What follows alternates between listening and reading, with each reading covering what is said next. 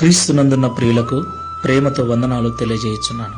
ఈరోజు దేవుడు మనకు చేస్తున్న వాగ్దానం ఏమిటనగా యెషయా గ్రంథము 48వ అధ్యాయం 17వ వచనం.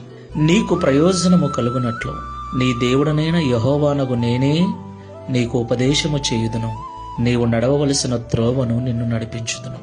ఆమేన్.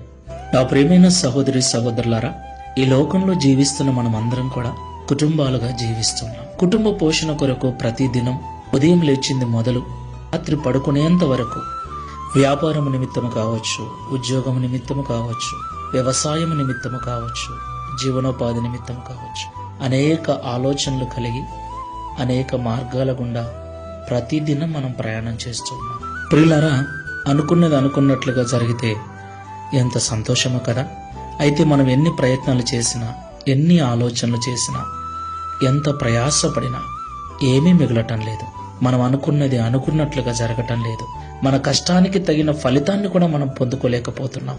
అవును ప్రియులారా, ఎంతోమంది సహోదరి సహోదరులు నాకు ఫోన్ చేస్తుంటారు, అన్నయ్య రాత్రినక పగలనక కష్టపడుతున్నాం కానీ ఏమాత్రం ప్రయోజనం లేదన్నయ్య, చాలా ఇబ్బందుల్లో ఉన్నాం, ఇంకా కష్టాలు ఎక్కువైపోతున్నాయి, చాలా నలిగిపోతున్నాం, మా కొరకు ప్రార్థన చేయండి అన్నయ్య అని. నా ప్రియమైన సహోదరి సహోదరులారా, చాలా మంది ఇలాంటి పరిస్థితుల్లోనే ఉన్నారు. అయితే మనకు ప్రయోజనము కలుగునట్లు మన దేవుడు మనకు మంచి ఆలోచన చెప్పి సరైన మార్గంలో మనల్ని నడిపిస్తానని ఈరోజు వాగ్దానం చేస్తున్నాడు. దేవునికి మహిమ కలుగును గాక.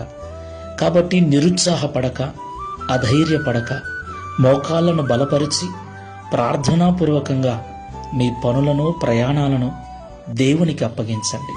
దేవుడే మిమ్మల్ని నడిపిస్తాడు.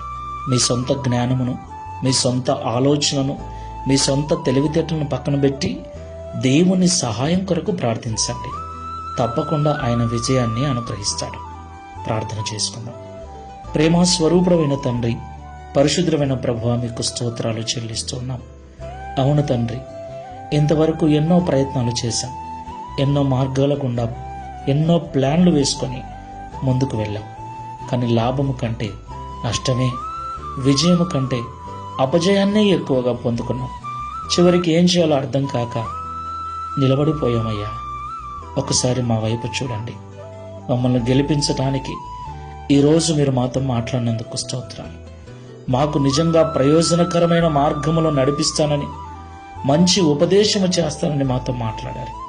అయ్యా, మా జ్ఞానమును, మా తెలివితేటలను, మా సొంత ఆలోచనలను విడిచిపెట్టి ఇక ప్రార్థనాపూర్వకంగా నీ మాటల ప్రకారంగా నడుచుకున్నటకు సహాయం చేయమని, తద్వారా ఈ లోకంలో జయ జీవితమును పొందుకొని నీకు సాక్షులముగా జీవించుటకు సహాయం చేయమని, తద్వారా ఈ దిన వాగ్దానమును మా అందరి జీవితంలో నెరవేర్చి మీ నామమును మహిమపరుచుకుందాం.